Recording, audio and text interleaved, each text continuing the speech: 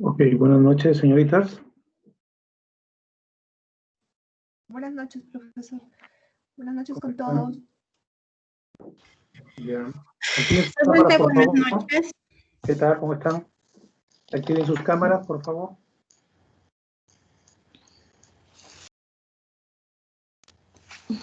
Docente, buenas noches. Hola. Muy bien. Buenas noches. Sí, buenas noches con todos, con todas. No sé por qué ya no hay hombres en mis clases. Todas las mujeres, ¿no? Con sus cosas buenas, ¿no? Las mujeres son más ordenadas, son más cumplidas. Espero. No, no, no plagian, ¿ah? No hacen plagio. Bien. En esta semana nos tocó el tema de lo que se tratan de registros observacionales, registros conductuales en investigación, ¿ya? Yo normalmente tomo nota en qué diapositiva me he quedado, pero no sé si alguien me puede decir dónde nos quedamos, ¿no? ¿En qué número de diapositiva nos quedamos? No recuerdo bien. Creo que nos quedamos en historias de vida, si no me equivoco en esto. En la diapositiva 7. Historias de vida, profesor. ¿Perdón? Sí, esa historia de vida. Historia de vida, porque recuerdo que les dije que son 14 diapositivas y me quiero quedar en la mitad. Sí. Y efectivamente, lo que estamos viendo en esta clase es son registros conductuales para investigación, ¿ya? Todo psicólogo investiga, ¿ya?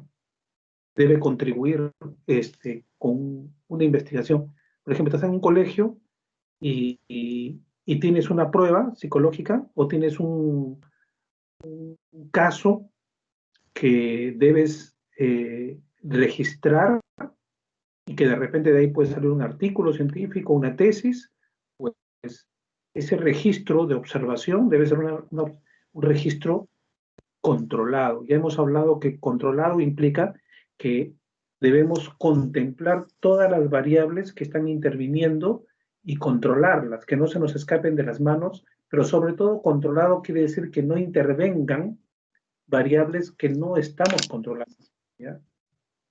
¿Por qué? Porque si yo mido, por ejemplo, a un voy a una oficina y quiero medir estilo de liderazgo, ¿ya? Y entreno a un jefe con un nuevo estilo de liderazgo y comienzo a evaluar el comportamiento de las personas y me doy cuenta que aproximadamente en la época en que entrené al jefe en el nuevo estilo, comenzaron a mejorar los rendimientos y la satisfacción en la gente, ¿ya? Yo puedo atribuirle al nuevo estilo de liderazgo del jefe, pero si yo no contemplo con cuidado todas las variables, puede ser que se deba el cambio a otra cosa, ¿no? Por ejemplo, ¿qué tal si justo cuando el jefe intenta implementar su nuevo estilo de liderazgo, hubo cambio o sea, de ambientes, o sea, se pintó las oficinas de otra manera, más agradable, de repente hubo mejoras en la cafetería, en la comida, o de repente hubo un cambio en otro lado que va a incidir, sin darnos cuenta, va a incidir en el cambio de conducta de las personas. Y no necesariamente es por el cambio del estilo del jefe. Entonces, por eso una observación controlada, un registro controlado, tiene que contemplar exclusivamente lo que vamos a medir y evitar que otras variables, ¿no?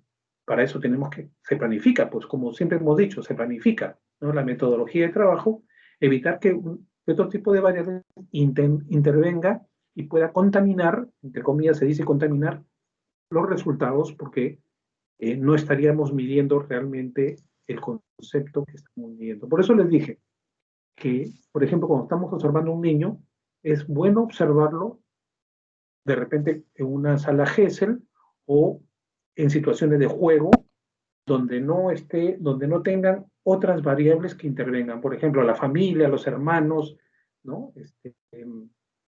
Que puedan intervenir y que puedan afectar, otras variables que puedan afectar el comportamiento del chico, ¿no? Ahora vamos a hablar un poco sobre el automonitoreo. O sea, los psicólogos, como vimos en un video pasado, los psicólogos debemos entrenar a nuestras personas, a nuestros pacientes a que hagan un autorregistro, ¿ya? Las personas, o sea, deben registrar sus propias conductas. Eso lo vimos en el video pasado, ¿no? Donde una persona quiere controlar, por ejemplo, o sea, queremos que nuestro paciente registre sus comportamientos de ansiedad, ¿ya? Entonces yo le pongo un formato del tipo que está acá en esta diapositiva, un formato donde se ponga la fecha, el lugar, lo que ocurrió y observaciones para colocar otro tipo de cosas, ¿no? O podemos medir incluso la fecha, la situación, el pensamiento, la conducta y los efectos. O sea, eso depende mucho del modelo que nosotros utilicemos en el registro, de lo que nos interese registrar, ¿ya? Pero ¿de dónde salen los modelos? Salen de las experiencias de otros psicólogos.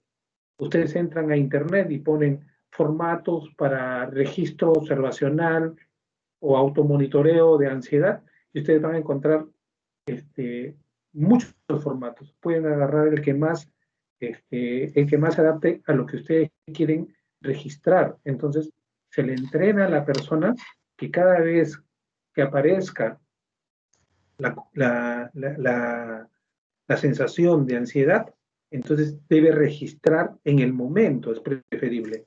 Debe describir, pide, ¿ya? Y ese registro compilado de una semana nos lleva a entender de una manera más clara a qué hora, en qué momento, en qué circunstancias aparece la ansiedad y qué pensamientos están asociados a ese episodio de ansiedad. Entonces, esto es más preciso que venga la semana siguiente y nos diga, bueno, ¿saben qué? El martes me vino la ansiedad, pero fue por esto. El miércoles fue por esto. Eso a una semana se puede distorsionar si solamente lo dejamos a la memoria. Entonces, el automonitoreo es eso, ¿no? Por eso yo les pido a ustedes, y lo vengo pidiendo en todas las diapositivas anteriores, es que ustedes hagan un automonitoreo propio, ¿ya? De alguna conducta que a ustedes no les gusta, por ejemplo, ¿ya? O que alguna conducta que quieren cambiar, alguna conducta que les fastidia, o algún pensamiento que se les viene y que no es un buen pensamiento, pues hagan un formato de registro y durante una semana regístrenlo. ¿Por qué es importante, chicos? Porque cuando ustedes se lo van a pedir a otra persona que lo haga, la otra persona cuando te pregunte y tenga dudas, tú sepas, porque a ti te ha pasado, ya lo llenaste. ¿Ya? No solamente debes conocer el formato, sino cómo se llena. ¿Ya? Entonces el psicólogo ya pasó por esa experiencia, entonces le puede decir, ¿sabes qué? Mira, al principio no te va a dar ganas de registrar, pero tienes que vencer esas ganas porque ya en otras personas ha pasado, ¿no? Entonces pero tú sabes por qué te ha pasado a ti, ¿ya? O te recomiendo que si no puedes llenar el registro en el mismo momento, en el mismo día trate de llenarlo, porque el día siguiente ya una palabra puede cambiar. Eso solamente puede salir de la experiencia, ¿ya? Entonces, como dice ahí, el automonitoreo es una forma práctica y económica de seguimiento. Claro, porque no necesitaríamos una cámara, pero no. Reemplaza a la observación natural. ¿Ya? El psicólogo tampoco puede estar con él todo el día.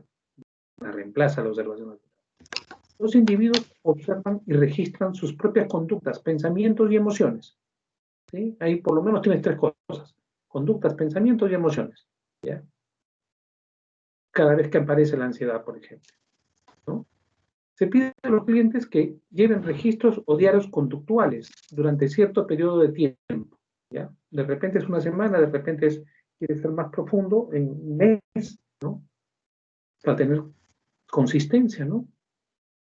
Luego dice en el punto 4, estos registros proporcionan un registro continuo de la frecuencia, o sea, de la cantidad de veces que aparece, la intensidad, o sea, es y ansiedad alta, media o baja, por ejemplo, ¿no? Duración de la conducta, ¿ya? Junto con las condiciones que estimularon, ¿no? Y las consecuencias que le siguen a dicha conducta. Sirve para identificar la magnitud e intensidad del problema observado, ¿no?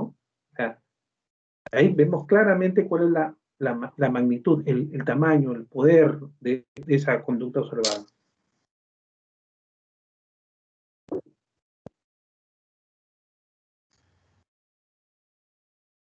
Y también como un índice, sirve como un índice de cambio producido por la terapia. Por ejemplo, cuando viene el paciente, yo le voy a pedir un registro de una semana, ¿ya? Ese registro de una semana me va a servir primero para tener una idea de la magnitud del problema, ¿ya? O de 2 semanas, por ejemplo, que lo registre.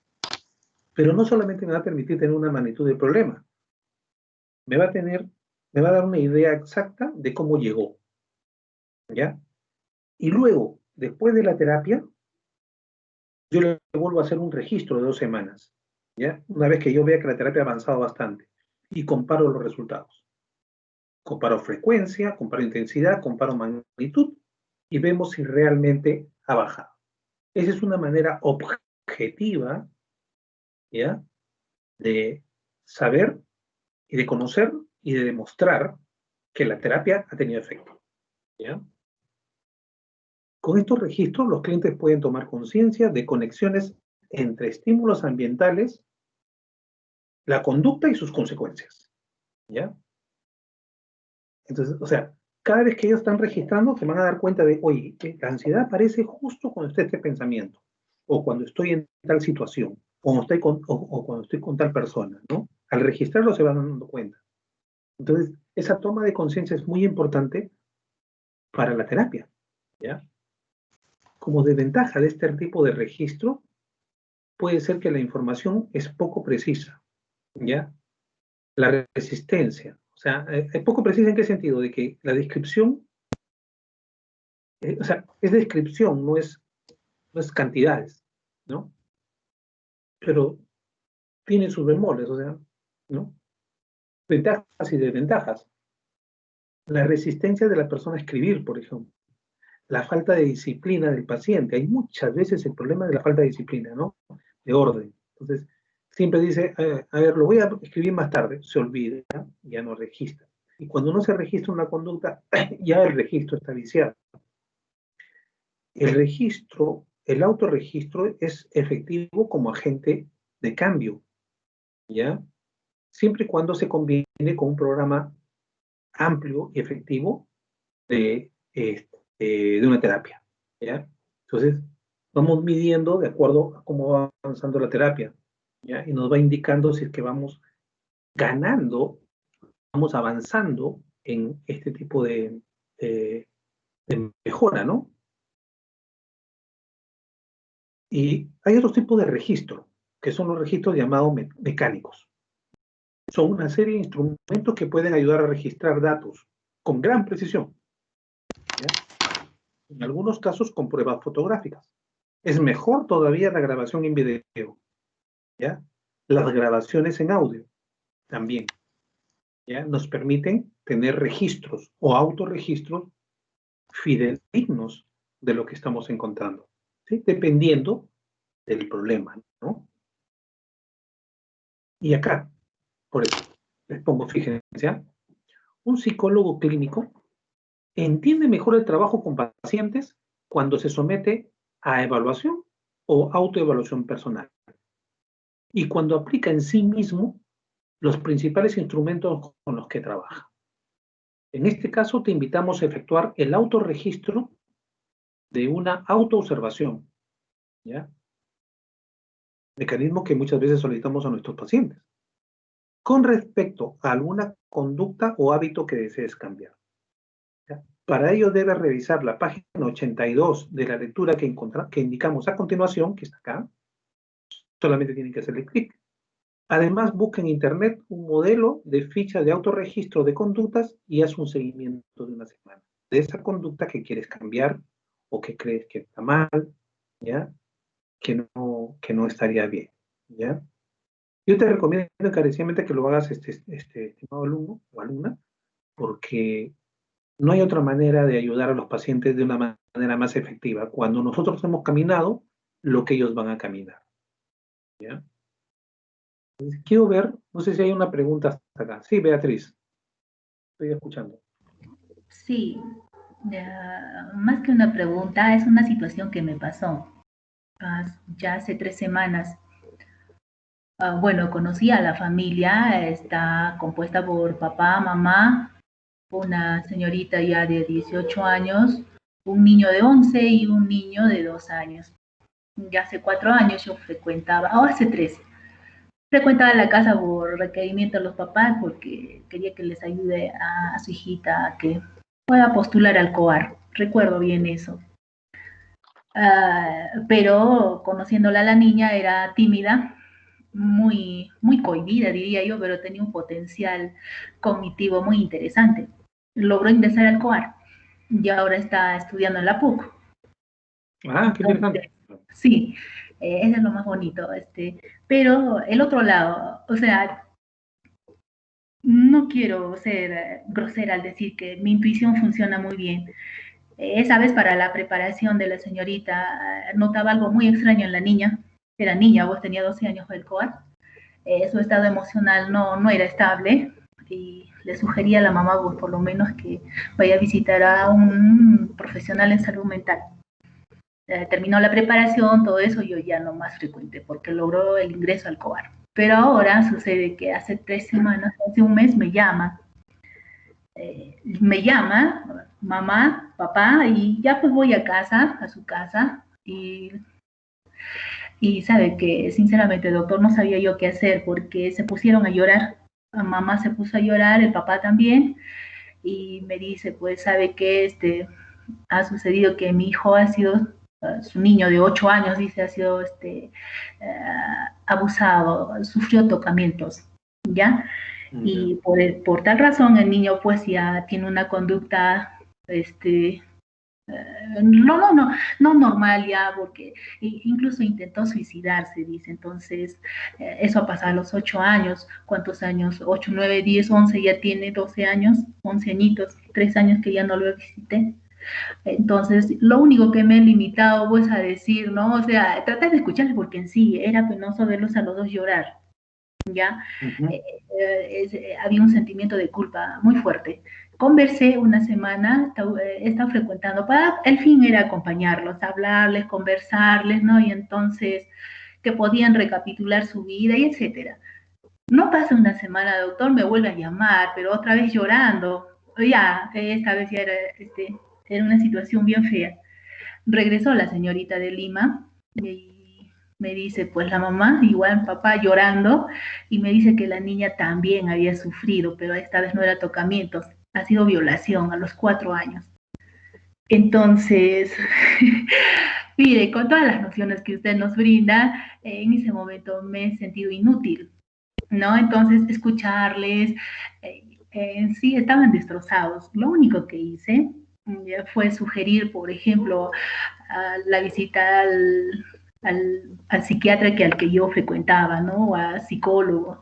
Hicieron eso, entonces también, ya a partir de ello, cada fin de semana voy a visitarlos, a conversar, y ellos libremente me hablan, ¿qué has hecho toda la semana? ¿Cómo te sientes? Bueno, entonces sí, he estado haciendo esto, estoy recapitulando mi situación, entonces, y toda esa situación, doctor, entonces, eh, eh, mire, como le vuelvo a decir, no da las pautas, las nociones, pero al momento de enfrentarme a esta situación, de verdad que me he sentido bloqueada un poco. Como profesional en formación, uno se supone que debería estar firme en lo que dice y en lo que hace. Lo intenté, traté, sí. Entonces, ya van viendo, bueno, del niño ya sé que la visita hacía hace un mes atrás, entonces va mejorando. La señorita también, a estas alturas, a los 18, ha interpuesto una denuncia, no sé cómo resulte ella, pero falta mucho por trabajar. Eso es lo que le quería comentar. Pero esa situación de las observaciones, del registro, no me percaté de ello, figúrese, ¿no? Solo eso era el comentario que quería hacerle. Muy interesante tu experiencia, Beatriz, pero también yo tampoco en mi etapa de estudiante no hubiera podido afrontar un caso tan difícil. Realmente las violaciones son casos bastante complejos, Sí, ¿ya? sí. Sí, que hay que tener mucho cuidado. ¿Por qué? Porque a veces cuando lo, sale, sale lo reprimido, la persona puede perder mucho el control y en algunos casos puede desatar alguna psicosis si es que es muy débil, ¿ya? Que el psicólogo no puede controlar. Entonces hay que trabajarlo, pero con mucha experiencia. Y has hecho bien en derivarlo a una persona que tenga más experiencia, ¿no? Porque además el psiquiatra lo que va a hacer es medicarla para que se relaje y bajarle la ansiedad y el estrés, ¿no? Sí, medicó a papá, también medicó a mamá porque su nivel de estrés, nivel de depresión, y en sí ya estaba calando, o sea, me dice, estoy perdiendo la visión, no me puedo concentrar, estoy olvidando mis cosas, me dijo el papá, no Claro. es joven, o sea, 40 años, 39 le calculo, y la mamá Pero va por... Sí, recordemos que la medicación no cura, la medicación calma, calma ¿ya? solo, No va sí, al punto. Entonces, ellos deben recibir una ayuda profesional. sí, Ah, van ahí, vale. Sí, sí, está muy bien y cuando tú vas a visitarlos, les permites que hablen, conversen, y las sí, personas cuando hablan, conversan con una persona de confianza, un poco que van lavando internamente su dolor, sí, porque hay un catarsis. esto no es fácil hablarlo con alguien, ¿no? Ujú. Sí, lo que Así me da es. temor es de la señorita. En momentos noto esa expresión. Hay furia, hay odio. Entonces, cada vez que voy, bueno, los fines de semana le pongo casos, ¿no? Por ejemplo, puedo apoyarme en la experiencia que viví en casa, por ejemplo, muy agresiva, ¿no? Entonces le voy poniendo caso, porque la señorita sí tiene un buen potencial, mire, y lograr un ingreso a la PUC, entonces, y está intentando a la uni y todo eso, entonces lo que yo le digo, pues bueno, si quieres que te acompañe esa sombra de ti, pues no vas a desarrollarte así al 100%, al final vas a tener que elegir tú, ya tienes tu DNI de 18 años, entonces te permite tomar decisiones, y al tomar decisiones considera esos aspectos, entonces todas las veces que vamos hablando, porque ella necesita hablar, porque vienen y termino pues toda la tarde con cada uno, mamá habla, papá habla, de forma individual y la verdad, esa labor debe ser súper cansada, doctor, como profesional así establecí en 100%. Buen trabajo. Muy delicado, pero buen trabajo. Estás ayudando a una persona que tiene mucho dolor, una familia que tiene mucho dolor. Está muy bien. Quiero aprovechar los últimos minutos para ver un video vinculado a autorregistro, ¿ya? Un ejemplo de autorregistro, ¿ya? Perdón, creo que me faltó algo.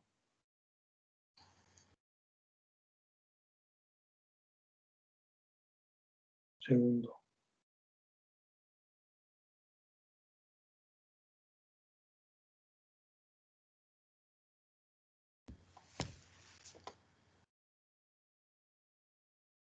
Ya, era para colocarle en el audio.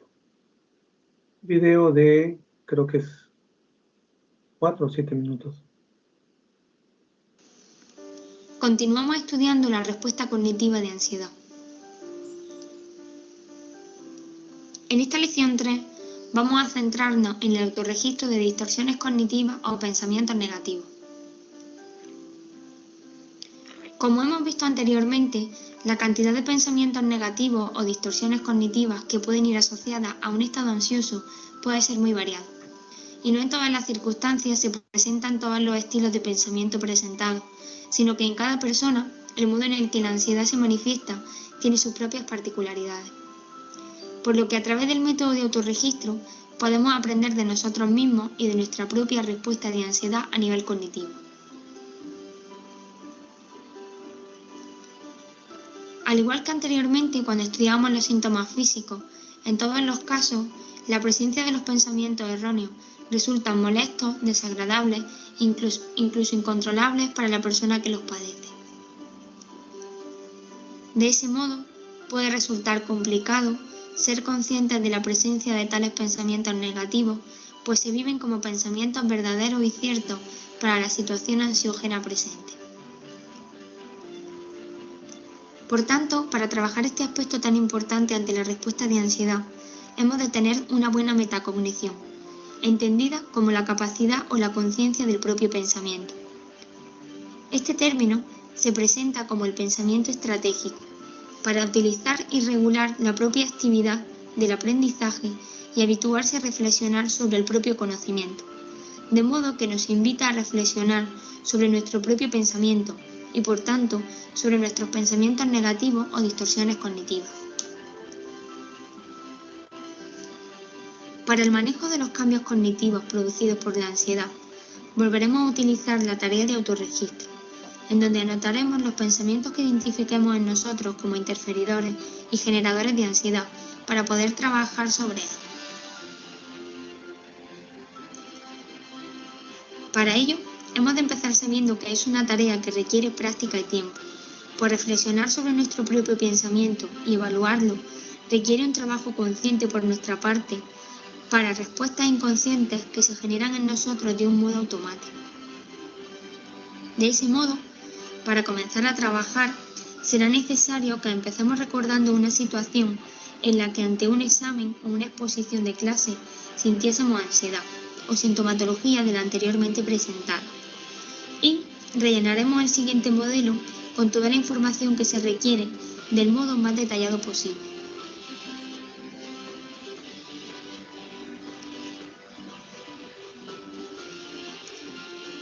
Imaginemos el siguiente caso práctico para entenderlo de un modo más completo. Si pensamos que estamos en casa solos ensayando para una exposición futura, mientras que nos empezamos a poner nerviosos y vemos que en todo momento estamos pensando: no me voy a acordar, el profesor va a pensar que no me lo he preparado, todo me va a salir bien, todo me va a salir mal. De modo que en ese momento es preciso que solo anotemos los pensamientos que sentimos, dejando en blanco la casilla última llamada error.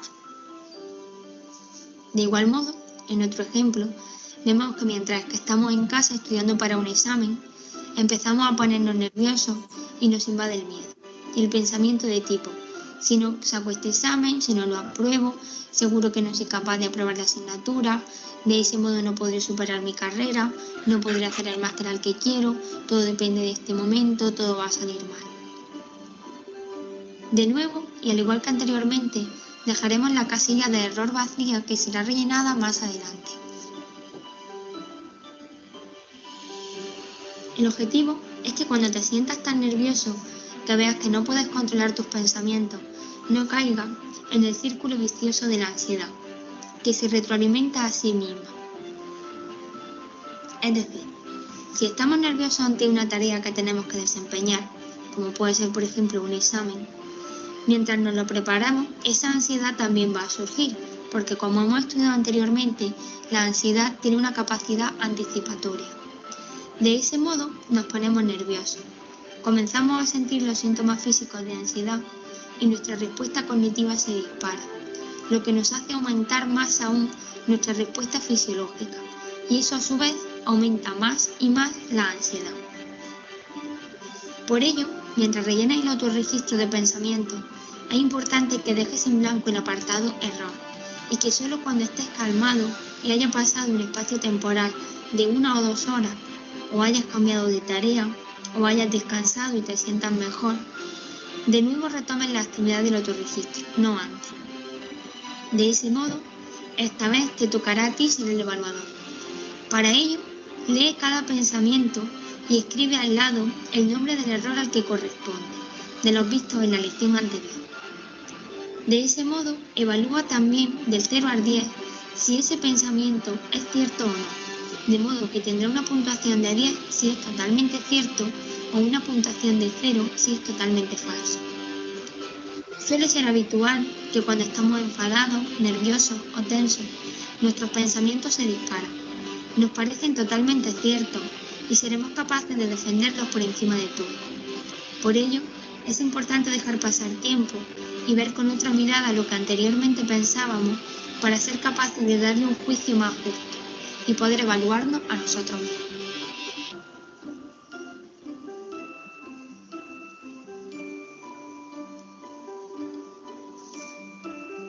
Descárgate el modelo de autorregistro que te presentamos y comienza a trabajar sobre tus distorsiones cognitivas.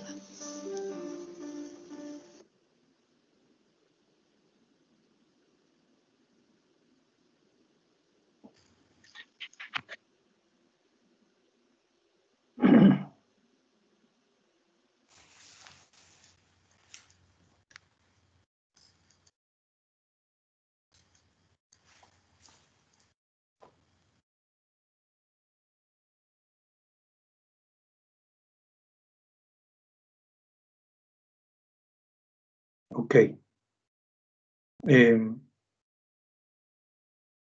Entonces ya hemos visto modelos de autorregistro, ¿no? Que nos sirven tanto como línea base. Recuerden ustedes que línea base viene a ser el registro de frecuencia, de magnitud del problema con el que llega la persona, ¿ya? Y sirve para que nosotros tengamos una visión clara del problema en cuanto a magnitud, en cuanto a frecuencia, en cuanto a estímulos que motivan esa conducta y también consecuencias de esa conducta.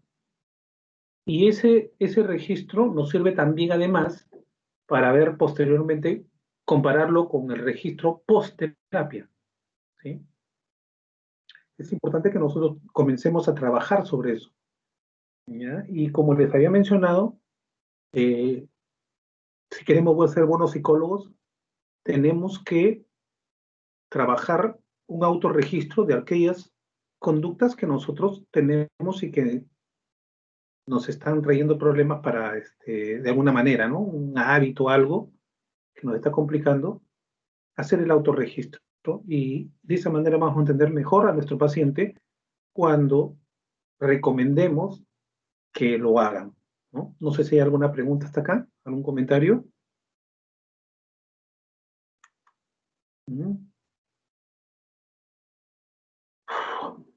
Ninguno. Entonces, quedaríamos ahí y nos veríamos la siguiente semana con la siguiente clase, ¿de acuerdo? ¿Cómo van con su trabajo? ¿Cómo van con su trabajo? ¿Alguna duda? Profesor, disculpe, con respecto al trabajo, yo he estado averiguando un poco sobre las entrevistas de trabajo personal y en una de las preguntas que hacen es, por ejemplo, a un psicólogo darle un ejemplo de cómo haría en una situación, en un caso. ¿Esa pregunta también tengo que ponerla, profesor? De preferencia, sí, es una muy buena pregunta, ¿ya? Pero ese caso tiene que salir del propio puesto que tú estás seleccionando, ¿ya? Normalmente, ¿qué hacen los psicólogos que hacen selección de personal?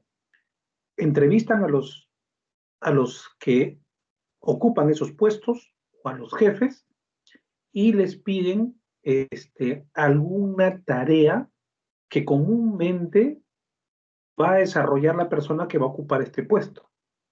O también le piden algún problema que siempre se presenta en este puesto, ¿ya?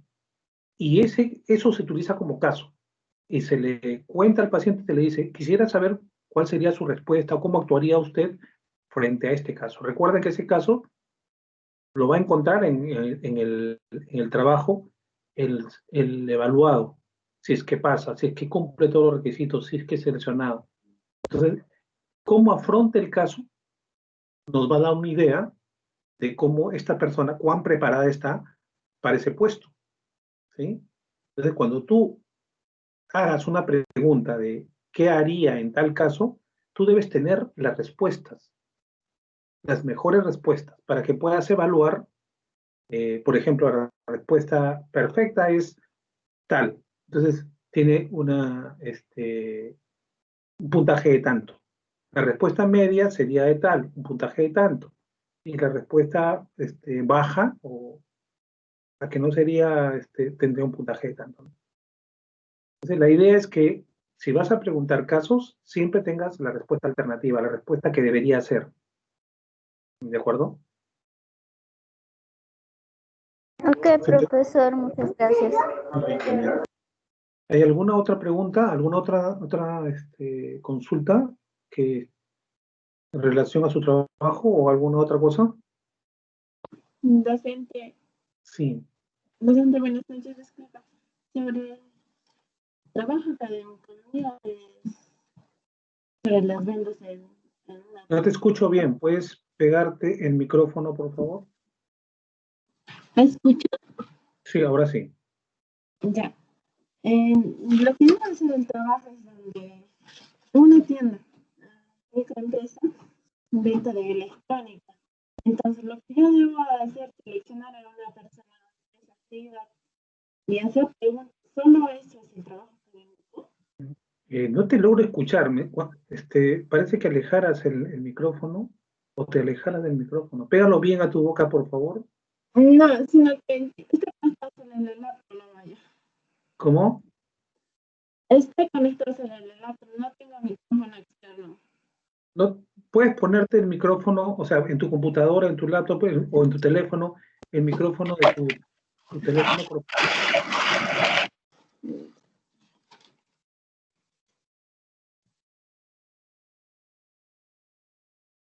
Ahora sí me...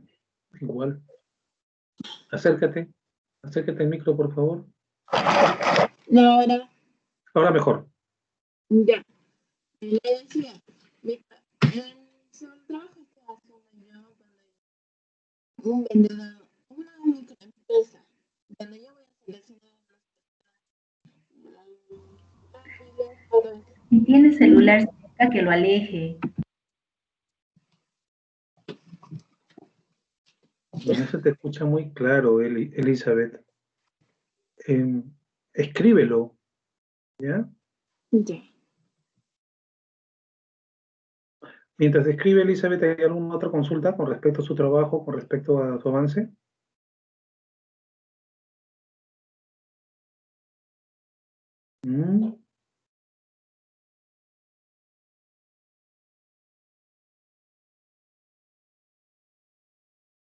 Esperaremos que escriba Elizabeth.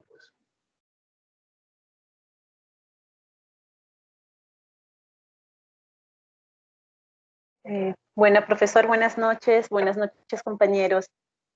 Profesor, mi consulta sería, ¿es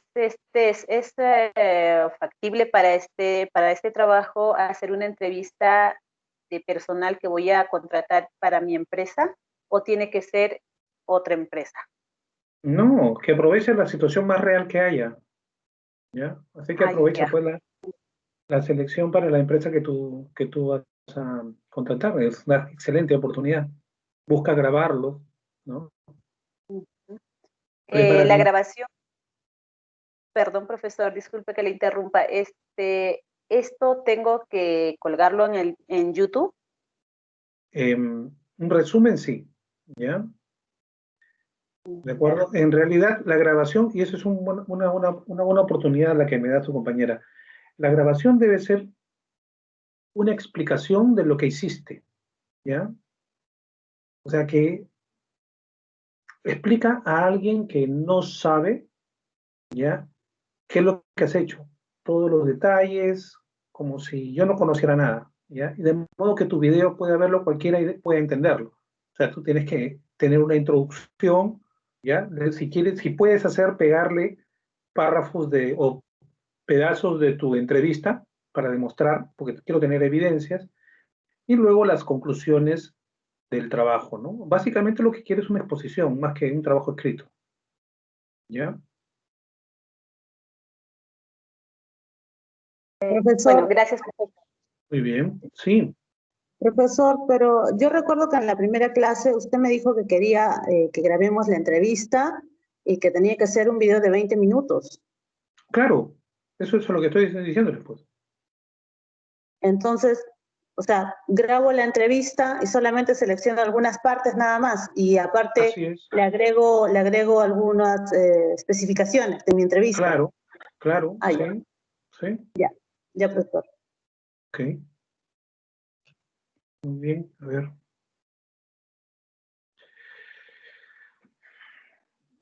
Ya, ok, ya de repente, Elizabeth, me envías por correo o por chat, me llega tu consulta y yo te respondo, ¿de acuerdo?